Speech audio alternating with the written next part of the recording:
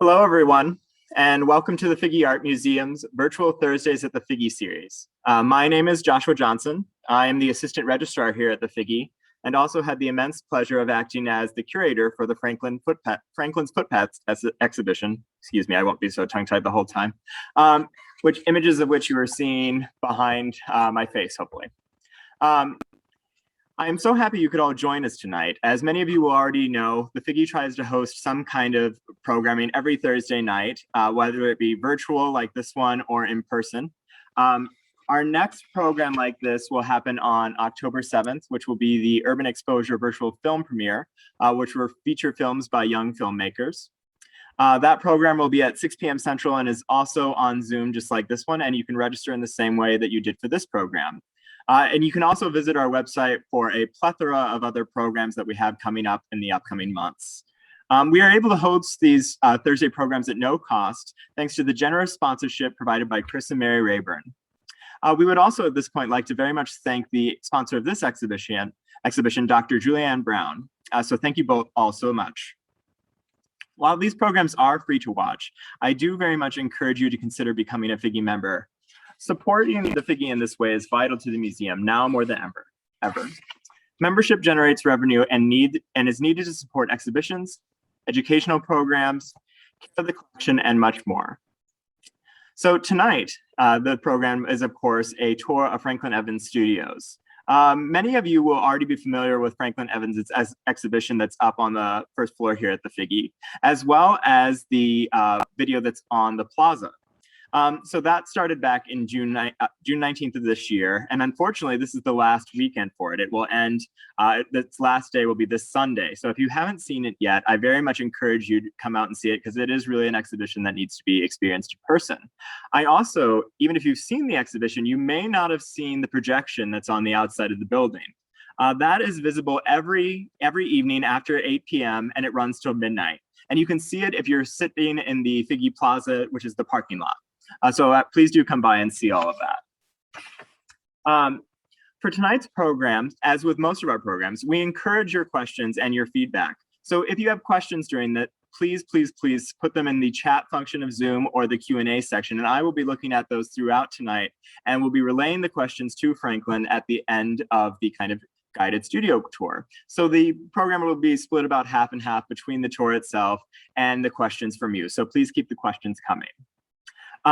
So a little bit of background about Franklin. He was born in Reno, Nevada, but now lives and works in New York City. He received his Bachelor's of Arts from Stanford University in 1989 and his Master of Fine Arts from University of Iowa in 1993.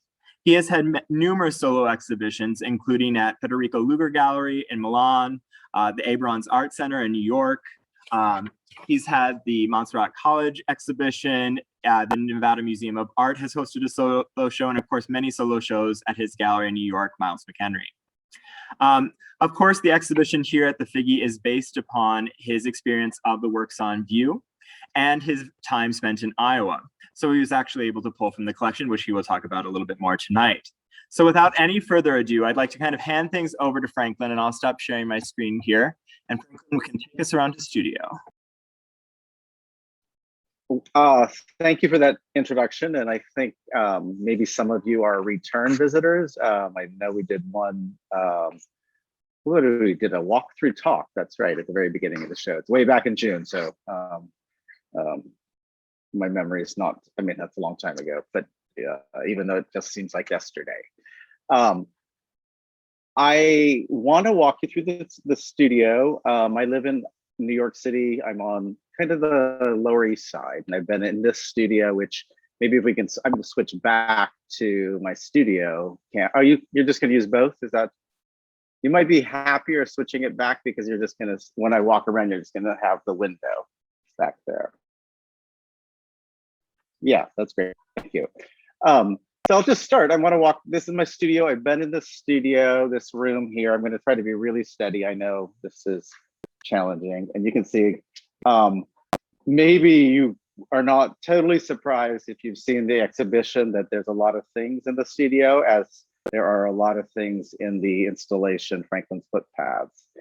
So this is my total messy desk. I don't know where to start in organizing it. But this is, I don't know, it's about 22 by 22 feet. This is where I do all my work. I'm working on multiple things. And I think I mentioned I've been here since 1998. So this is over 20 years of time. The walls especially accumulate that time. So I'm gonna just move up to the top band. There's like this horizontal band like there, which is a little bit 20 feet across. And then I have this kind of break, and most of it's erased up there. But the top area was a study, my kind of first study for a bigger project at the Drawing Center in 2005, where I showed a wall drawing and 10 watercolors. So this becomes like traces of time. So like those bands with those details, and I think that's partially what I try to get in my installations, like Franklin's Footpaths at the museum, is the residue of working in a place. And I have the great fortune to have been here for over 20 years. And you see like various weird studies like that fail, that are not fail, but they aren't, like that star that collapses. This is a canvas that's working that I started a long time ago. But like the situation of having to lift it because I wanted to work on something below that I'm just starting becomes information that I use that I might not normally use if I hadn't had to do that. So like I want to get this little detail there. It's like this orb that was in my very first installation in 2009. So a big environment where there's a painted tree, watercolor on this like orb, like a planet. So that's 2009. I thought of it as a landscape. And this is a painting I just started today where that center circle is going to be an orb of faith. It's like a floating nation, collapsing landscape so you can enter. This is a sort of a more finished, well, it's not finished, but it's a painting that I started several years ago. It's all acrylic on canvas. It looks like collage because it's like fake painted, but it looks like tape, but the studio tape, but it's all really flat. So, and it's like details. It's like pictures of pictures that I paint within the paintings. But this has not, like I never have shown this painting because, it just hasn't resolved. I had a show after the Figge that opened in New York, and one of the most successful paintings of the show was called Franklin Footpath 15 to 20. So it started in 2015 and finished in 2020. And this might be a painting like that. However, I do make some other paintings quite fast. Like this is a large painting I just started a couple days ago. It's going to be shown in Rome. I'm doing an installation there in March at the Maxi Museum, which is a museum of 21st century art, contemporary art, designed by Zaha Hadid, the architect. So it's going to be my biggest painting to date. But you can see how in this studio, I'm utilizing walls, I guess less the ceiling. That's really hard to do because you have to be on scaffold all the time. Walls, definitely the floor. And you see like things that scatter on the floor, images that I'm going to paint, or even this is similar to how I painted each day for the band that wrapped around the installation at the Figge. So I use the floor and walls. These, and I think the other thing to point out is, like all the things like process notes in the studio. Like this is actually my teaching note for week 2. This is another teaching note. So things like that really inform what I make, and I often show those things in my environments. Another important part is this is part of my studio library. If you take note of the dimensions of the shelves, I built a trompe-l'oeil sculpture out of that, which I'm going to show you out in the other part of my workspace. Let's see. That's I have a piece that's growing till my life finishes. It's called FE Studio Library, 1967 birth year till whenever that is. I'll just give you a little other notes back here. Sorry, I might have gone too fast, but lots of art. This is all my art books. And then maybe these are some stored things from probably graduate school. So Iowa in the early 1990s. Let's step back. I've got a lot of obstacles to dance around in the studio. This is how I work on the watercolors. This is a watercolor. This is the source, pixelated in that way using a pixel source. These are studies for future watercolors. And I think this is important, like these paint residue stripes. This is where I used to paint the tape on not just on the door, but I used to paint it on the walls. But this became part of my very first installations. And then, so it's like this workplace for painting tape that became my painted tape screens, became residue that I used to inform the first like paintings that I showed in around 2010. So we're moving out into, so it's kind of a big work loft, old loft, New York loft, but I work in this is my work area in the front. And this is kind of my, I don't know, living / also other objects. Like this is a sculpture. I call it the paint makers. And it's like plexiglass with all the tools that I was using to make the paintings back then in 2013, 14. And so they're floating faux Polaroids within there. So it's like a world that houses a lot of what I'm using to make paintings. I mean, my work is painting installation, and I describe that as installations coming out of the subject of painting. I'm trying to get a good view in here, but maybe it's actually better from this angle. See, you get to look into and through. I think I'm going to show, I have 3 other versions of these at larger scale. I mean, taller, also wider. Those are stacked over there, actually. So my paint rack, then it's my living space, but even my living space becomes art. So like this coffee table here is the same dimension as the studio shelves, or the bookshelves I showed you in the studio. And this was a study for my first trompe l'oeil studio library. These are actually, many of these are the size of paintings in the studio, but then some are books. And the sculpture that I actually showed, the viewer walked over it. It was embedded in the floor, and there were 6 of these shelves. So it's about 18 feet tall by 60 inches wide, or 18 feet long. And it's in a collection in Texas. And this is Matisse. And then you see also, my own work. This is a painting from maybe 2016. And this one's a pretty good example of how it's collage-y, but there's no collage. It's all flat painted. You see, this one had a lot of Matisse. That's like a landscape. It had like Joseph Alber's color systems that I doubled into this one. So I'm using and thinking about a lot of art and making my own art.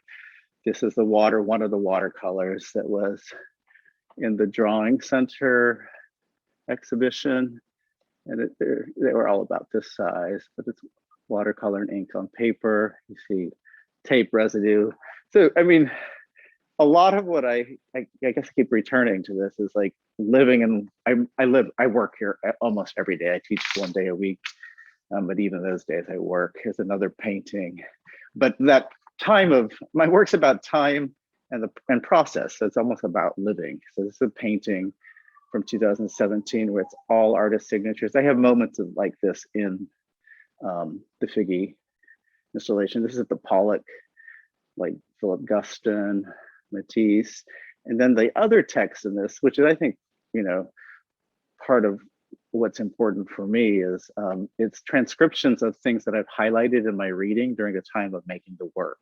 So like this page 243, failure to master a new technique, and whether it was painting a pine tree or a simpler skills like handwriting or horseback riding infuriated him in himself and anybody else. So I know it's a while ago since I read that, but I'm pretty sure that was from Wittgenstein's biography. So I was reading Wittgenstein, Matisse and Cezanne's biography, and Flaubert's Madame Bovary. So linked to Cezanne, actually. So then this is the rest of the space, more library stuff. This is actually mostly my partner. He's a playwright, his stuff. But here's some paintings from, I think, late graduate school in Iowa, fresco fragments, or maybe early New York, just after graduate school. I was exploring materials, you know. So this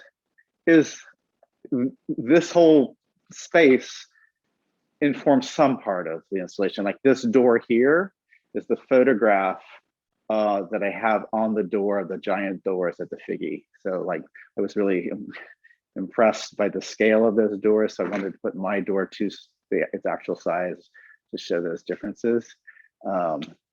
If you go to the installation, you know, you'll see the, you know, it's a kind of crappy door, small, but it's my door there. And then next to the door is a John Dill painting.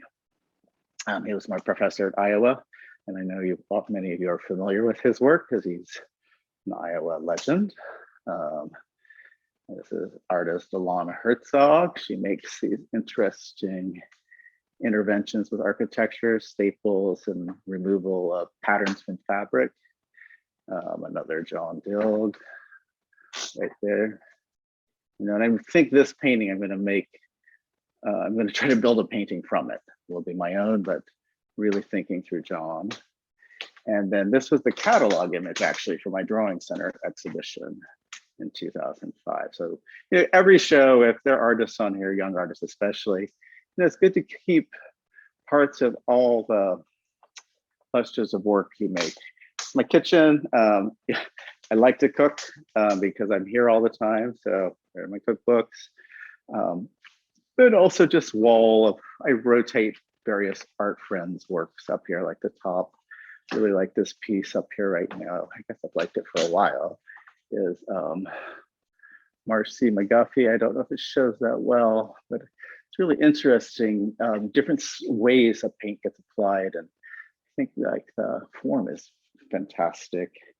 Angelina Gualdoni, Ruby Palmer, my former assistant David Jacobs. You know, it's a little trompe l'oeil, Etch a Sketch. I love it, and you know that's about it for the the art of where I live and work.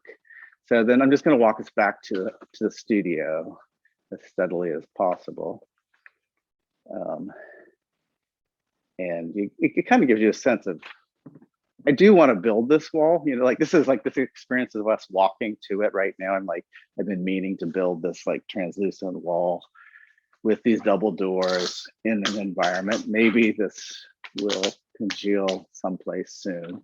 This is, you know, it's a path. I think this, like, our routine really informs what we end up making. I'm going to go over here, back here, just to these details. That's kind of like the paint makers, the photographs that are within that plexiglass sculpture. You know, I did a bunch of these floating screens of faux Polaroids front and back that floated in space.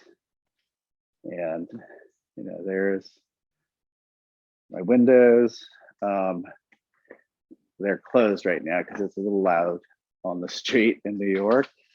And I have one last little thing. Oh, I'm working on these paintings that have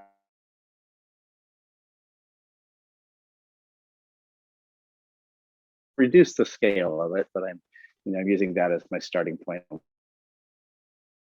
This painting, so like an environment, an art object, and then this is my wall up here. So painting from graduate school. That's about, I think. Oh, here's one last little thing. I think, you know, like that's a watercolor from when I was in the show Greater New York at MoMA PS1, and then they partnered with Uniqlo for artists to make text and design. You know, so when Uniqlo was opened their flagship store on Fifth Avenue at that time. But you know, all this stuff, it's time that, you know, I live with and I make, and it's and I guess that's really obvious. It's like a French easel oil painting that I'm working with. All my paintings are usually water-based, but this one I'm making a small one that came out of the fugitive face space from my recent show in New York. So, all right, I'm gonna sit down, and I think that's good. I don't know how long that went. Hi. Hi, Franklin. Yeah, that was great. Thanks for kind of taking us around and showing us through your space. I'll go ahead and remove the spotlight from the other. Oh, there we go. Okay, there we go. So we did have, yeah. You can still hear it. Okay, all right. Yeah, and we did have some questions come in while you were kind of walking us through everything. So one of the questions that came in is, your studio space is so kind of important to your art practice, obviously, as it is to many people, but you're kind of recreating elements of your studio in your installations. So if you were to, you've been in the studio for 20 years, you mentioned, if you had to change to a different location to make your work, do you think your work would drastically alter? That's a great question. I don't think it would drastically alter, but I think it would alter. So during these, I've been here from 1998 to 2000. I've been very seriously in the studio since 2001. Like in 98 to 2001, I had multiple day jobs to try to figure out how to be an artist in New York. But I did have a couple residencies, one that was 6 months that didn't alter my work that much in 2004, but one for a year in 2008-9, where I left just making the watercolors and expanded into the environment. So I actually really made my first concerted painting installation starting from an empty studio. And it was like the show at the Figge that measured time during almost the pandemic, that we didn't plan for it to be during the pandemic time.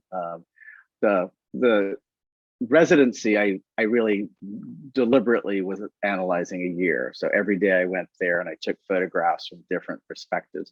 So I don't know. I mean, I wonder, I'm sure I would have, I don't know. That's a hard one. I had only these 2 hiccups in not being in my studio. And I think I'm really now just a much more mature artist too. So like, I don't think it would disrupt it that much. I know the things I'm thinking about, and I have my spreadsheets of projects I hope to build before I die, which means in the year 2367. So I have to live a long time to build all those things. Yeah, you mentioned your spreadsheets. One of the other kind of questions that came in is that your studio seems exceedingly organized compared to a lot of artist studios, and even within the exhibition itself, even though it is, it's full to the brim, there is like a definite like grid methodology going through. Can you talk a little bit about your kind of organizational systems for how you're kind of placing things and even just kind of keeping the production of one of these shows going? Yeah, I mean, it's really interesting that somebody noticed these things are like, this studio seems chaotic to me right now. I mean, did you not look at the desk? Like, that is a mess. But otherwise, I do have my books are organized by, they're just alphabetic by author, but there is a section, like 2 shelves of the unfinished reads, so they don't go back. But I guess I rely to a great deal on my spreadsheets. That like just being able to access what needs to get done. I have my to-do list every single day. And it's just like it's really old. Like everybody must use their iCalendar. I'm not sure what it is even. My calendar is my spreadsheet, so I don't. I mean. That's kind of, and I did an installation called Spreadsheet Space in 2016, or I think, and it was like using the organizing structure as a form, but to show that, but not necessarily to use the information from the organizing structure. So I just keep really, like clear plans. I re-listen to like I read, like every high school junior or senior, you read The Great Gatsby. I don't know if it's still in curriculum now, but um, I when I re-listened, because 100-year or it's no longer copyright protected, it's the public domain. So I listened to that during in the studio sometime in the past 6 months. And there's that part where he takes all the notes. And that's actually, I think, really, I won't want to say I was inspired, but I followed that, and I think I still do. It's really that wasn't a very good answer, but I hope, yes, grids, and boxes, places to put things for sure are important. You took us from Excel spreadsheets to classic literature, so I think any answer that does that has to be good. I should think. But the next thing I wanted to ask is, you mentioned that COVID impacted this show, obviously. What? Mm-hmm. Well, and that was one of the questions that came up in the chat, and is probably coming up basically for any artist at this time, is like, how did the pandemic influence your practice, and what do you think will there be kind of lasting impact, or was it just like more work time? I think I have, I feel really fortunate that I be in my studio. So I think and I'm not alone. I know I've spoken with many artists, especially artists who need studio time. So the pandemic was this kind of wonderful, we have the world to, we can do so much without the rest of the world. I mean, I'm fully consuming everything, because I listen to, not fully, but a lot. So I think behaviorally it really changed, how I interacted with people. Even, I think that isolation is really strange for everybody. We're a lot more integrated. I feel that way now, like as I just go out, and, people are still wearing mostly masks in places they're asked to wear them. And but I think and like New York City is weird, but it's becoming populated again. Like you just like that feeling. I don't know if many of the listeners have ever been to New York City, but it's like a little bit like in the movies where you walking down the street and you're like, how am I going to get through these 500 people in front of me? And we're getting that. No, we're not quite 500, but maybe like 300. It's surprising because all the students are back, and I live downtown in the neighborhood of NYU and the New School and Cooper Union and various other schools. So you feel the life in that way. So I got more work time. I really did. I mean, and I really felt, I don't have children, and I think parents, had a really hard time. They're really sympathetic, and I gave my siblings as much support as I could. So. You mentioned that the students are back in New York, and you yourself teach at the Cooper Union, and you mentioned that you even have kind of the teaching notes on your gallery walls. One of the questions was, how does your kind of teaching practice, do you think, does it influence your studio practice, and if so, how? Oh, totally. I mean, just the teaching practices, art students are, not even art students, little like children, because I remember even when I did the site visit at the Figge in January 2020, or somewhere around, the pandemic was in the air, but we didn't think pandemic. We knew this strange virus was happening. But I saw the youth exhibition up on one of the floors. It was just fantastic. I love the freeness of it's just like there's just no rules, and it's like if I want to put like a red eye and maybe 4 of them, I'll do it. And I painted a few of those into my paintings, and I know I'm starting a couple right now that I'm so inspired by the youth. I think even by college they sort of lose it a little bit because they want to do what they think is better, and better is there are ways that things happen visually, or how the idea gets communicated, but better is like that weird thing. And so I'm really inspired, and I think like I've actually had to learn. I didn't study painting as an undergrad. I took painting my last 2 years as an economics major at Stanford, And then I came to Iowa because I was this like crazy kid that loved to make art, and that's why I think John Dill was fascinated with, you know, when we met, you know, and I think that's readable in my students. We've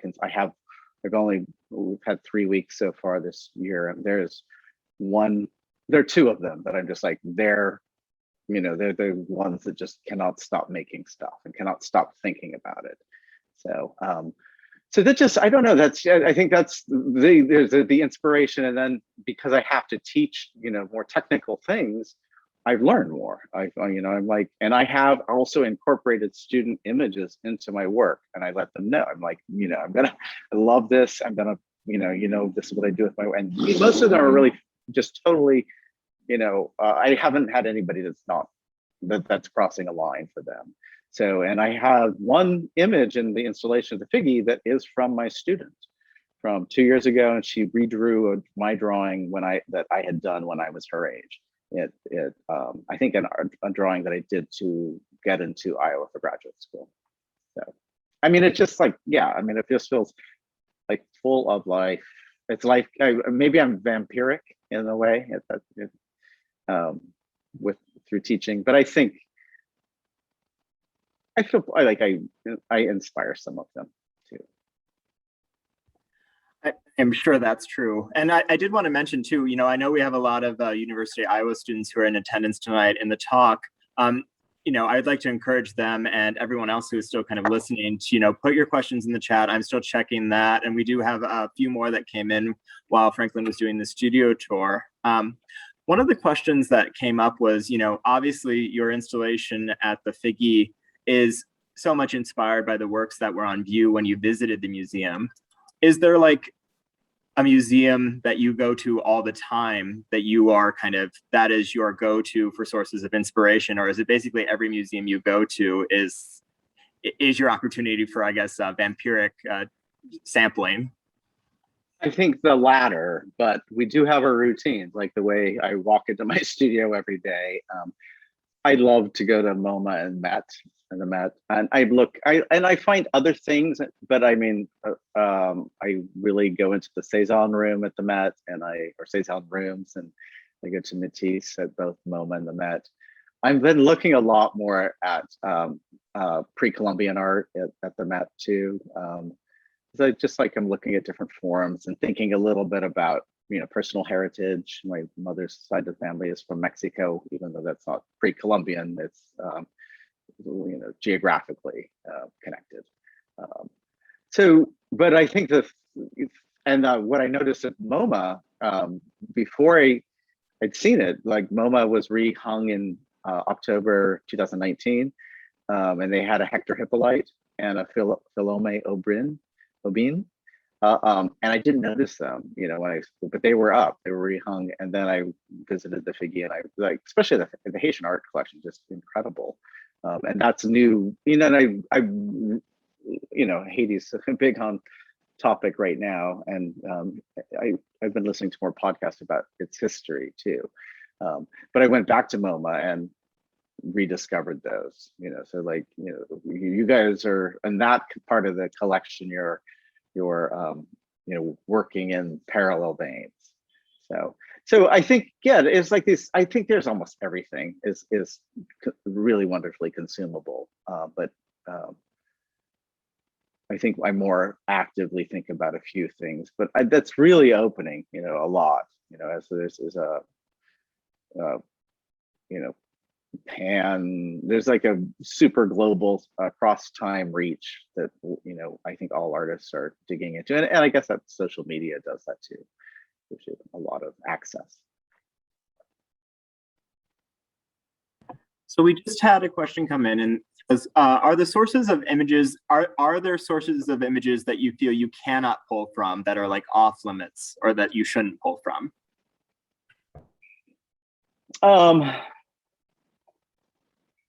I think that's a really hard question. Is that for me or for general artists not to pull from? They didn't specify. I would think it's for you specifically.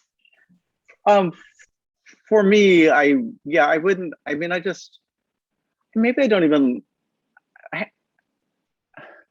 I thought a little bit about maybe, because I'm mixed tonal bodied, like white and brown. I can reach a little bit more toward brown bodiedness. I don't. I'm. That's a hard question. I painted Kerry James Marshall into one of my paintings, and I'm painting him in twice again into this oil painting. And it's for a lot of different reasons. So but it's not like, I mean, I don't know if this is like, like, it's not like those are controversial images. Those are images of canonical artists at this point who are talking about, I think specificity of not being seen and how, links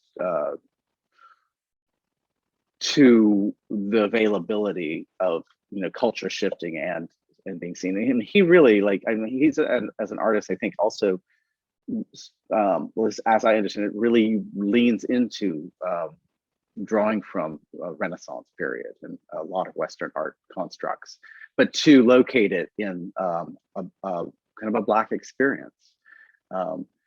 So I think for me specifically, I'm using a lot of these, so they're like faces. So, I mean, I feel like it's face space, and it's like, I'm talking about this like slipping between how we read, how we once read art, which was really strange, to how it's being totally reconfigured at this point, at the present moment. So I think there's there are images that are hard when it reaches into places that, I don't like to privilege religion over anything, but I know society does. So that's a challenging thing, when using icons in certain religions don't want that usage. That's a really complicated place that that's not why I'm even painting. So I'm not the right artist for that. So. Another question that just came in, and you're obviously referencing so much of art history. Is there the question was, is there a term for the type of art that you're making, or an ism? Is there one of the isms that you feel connected to? Well, I mean, this doesn't have an ism, but it's I think a little bit of process art, painting in the expanded field. So painting out beyond the regularity of the stretcher bar. And I think probably those are, the two places. I'm using all sorts of art in my thinking, and all sorts of types of painting. And even when I'm painting, the image of a style of painting, it's not in the style of that painting. So one of the other questions, and I'm going to go ahead and assume this is from a University of Iowa student, is what advice do you have for working with galleries or challenges of managing several shows at the same time? So kind of getting down to the brass tacks. Yeah, just be friendly. I mean, be as friendly. Be really clear. Learn how to communicate. That clearly states what you're thinking, but also doesn't make the reader feel, like they've messed up or something, or that, because that's not usually what you're saying. So it's being really careful with that, I think, is really important. And recognize for all my relationships, this show at the Figge, I'm one of several artists you're working with in multiple shows. And that's true with every gallery. You're one of, 10, 20, 30, 40 artists on their roster. And there are like 4,000 others who want to be on that roster. So, I don't know. I've become clearer at communicating. I've been in a 25-year relationship. So that's helped me communicate a lot better. I think learn that with your friends as early as you can, so just experience therapy too. If you need like somebody to walk you through your like neuroses. So. Speaking of juggling multiple projects at the same time, I know you have the show in Rome coming up. What else is kind of coming up for you in the coming couple years? Well, that's the big thing, and it's the Rome is the Maxi Museum. It's the Museum of Contemporary Art, and I'm gonna then do a solo show with. It's kind of been orchestrated through the relationship my gallery in Milan has with the museum director. So then I'll do a solo show in Milan. So it's all new work. So I mean, the installation at the Max Museum might be a little bit of every installation I've ever done, but the show in Milan will be all new paintings. And yeah, I mean, those are the main focus right now. We have great ambitions of getting, like the curator I know the curator, one of the curators at the Tate Modern, who is friends with also the director of the Maxi Museum. So I'm hoping he will come to the show. And it's all these things. It's like things that get seeded now come to life, 2 years later. I mean, this show in Rome is a 15-year project, really. Like it's this 15-year relationship with my gallery in Milan, and he's been working really hard to make some of these things happen. So, you talked about a lot of these things having a kind of a long germination period. Are there things that from this show at the Figge, that was something new or something you hadn't tried before that you think will, maybe turn into something else as your practice goes forward?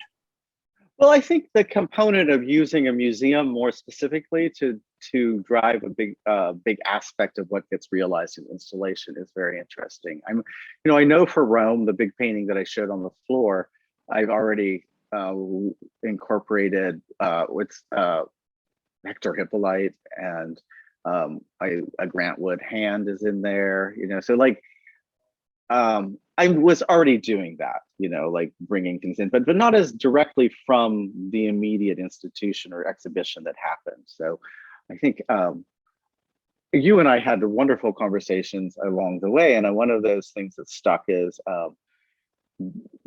building everything out of the whole institution. But that's a big project, that really requires a lot of lead time, and it's also maybe does require me moving to a site that's not New York, sort of like, so you don't bring so much of your like material weight. And I think I really loved making the video, like for that was projected on the facade. And I also like the video that folds into the sculpture that came out of the sculpture, my sculpture, my silhouette, so immaterial. But came out of the sculpture that's at the museum. And also like the solid material paper bands, at the dimensional rules of the Lewitt wall drawing up the stairs. So, all those things are. I would like. I know I'll build from that. Some giant pavilion at the Venice Biennale where I could just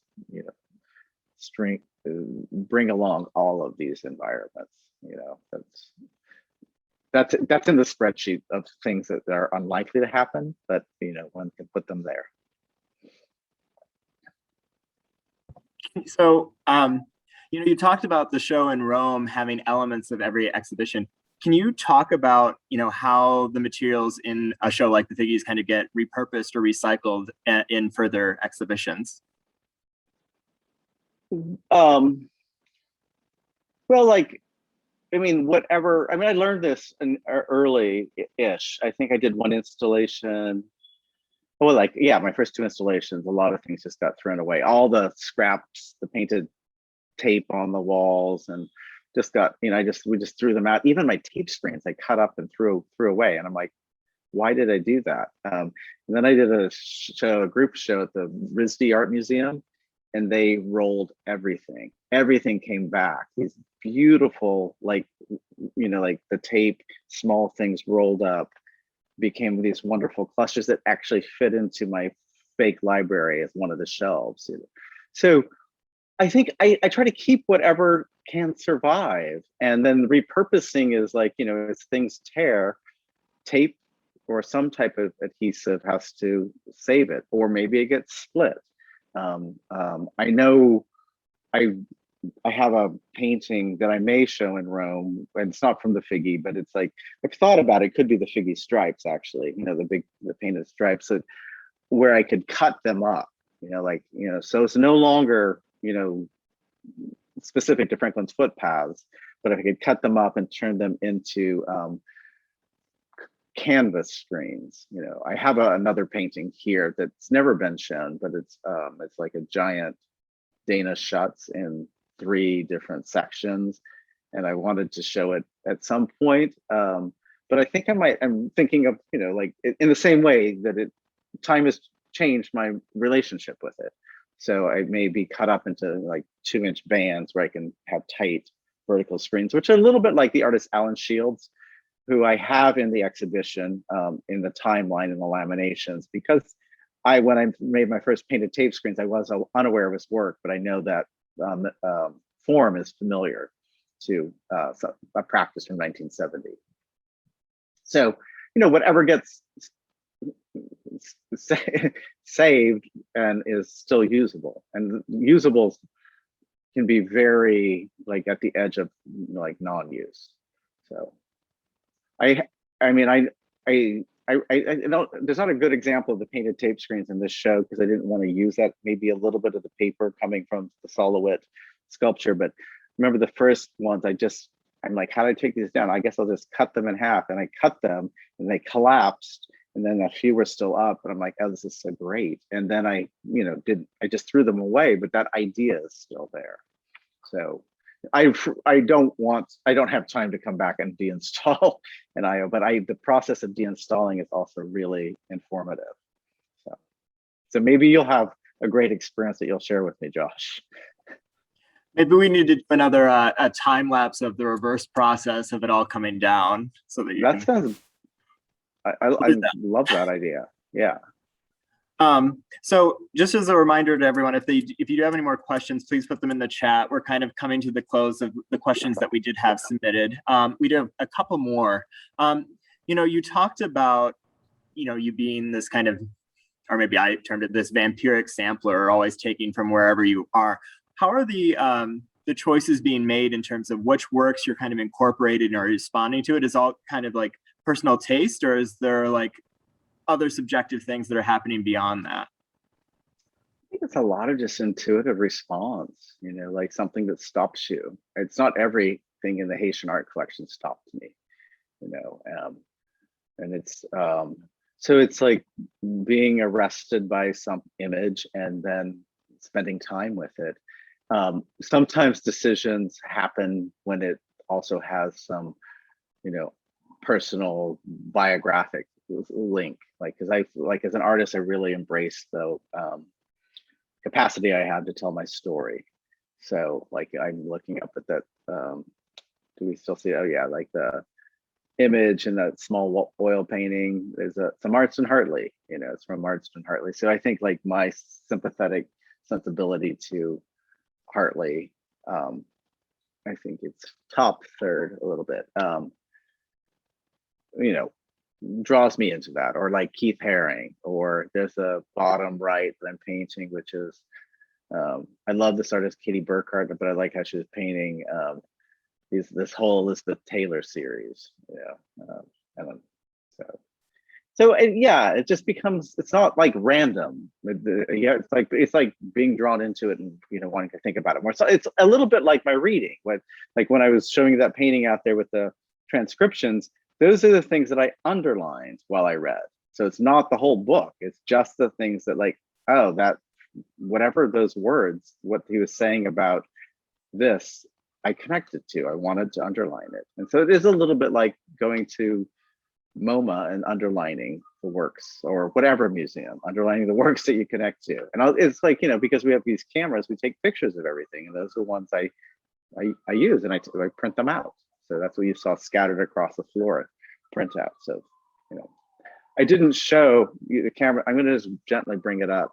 I forgot, this is a great tool in my studio. Do we see it?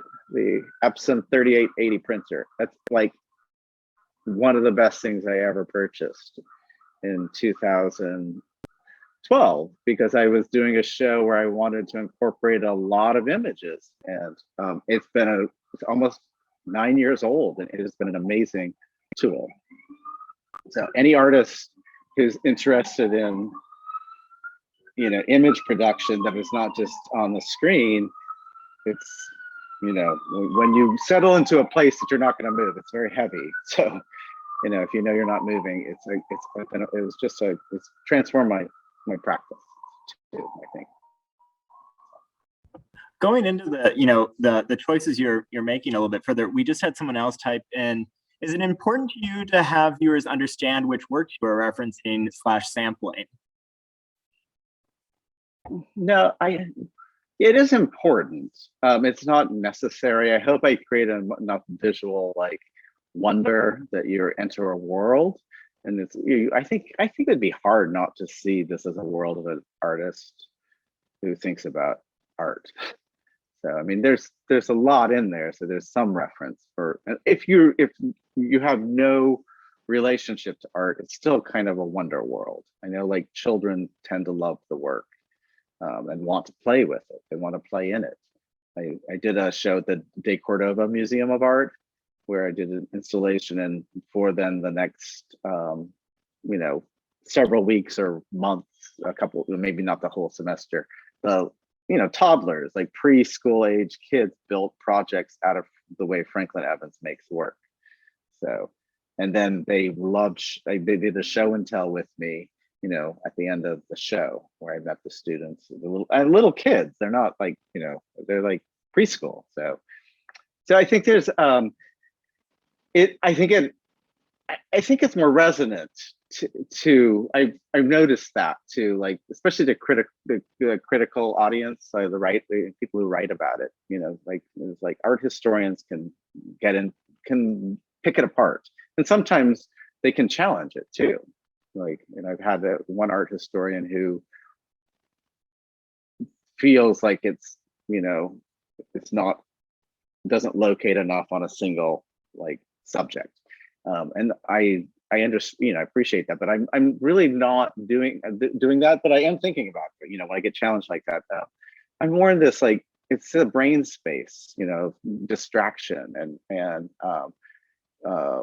short duration, which could be 3 years focus, where you just keep working through that same Caspar David Friedrich tree, because you have to do that. Or I know other artists, there's an artist, painter Ellen Altfest, and she does these observational paintings, and they're so meticulous and they take forever. It's of a pumpkin, but it's looking at everything, and it's more that's the thing I'm doing, is it's more not that type of focus like that, but this kind of free focus that my brain is thinking about a lot of things, and it shifts all the time. It's it's really, it's as plastic as the medium it's using.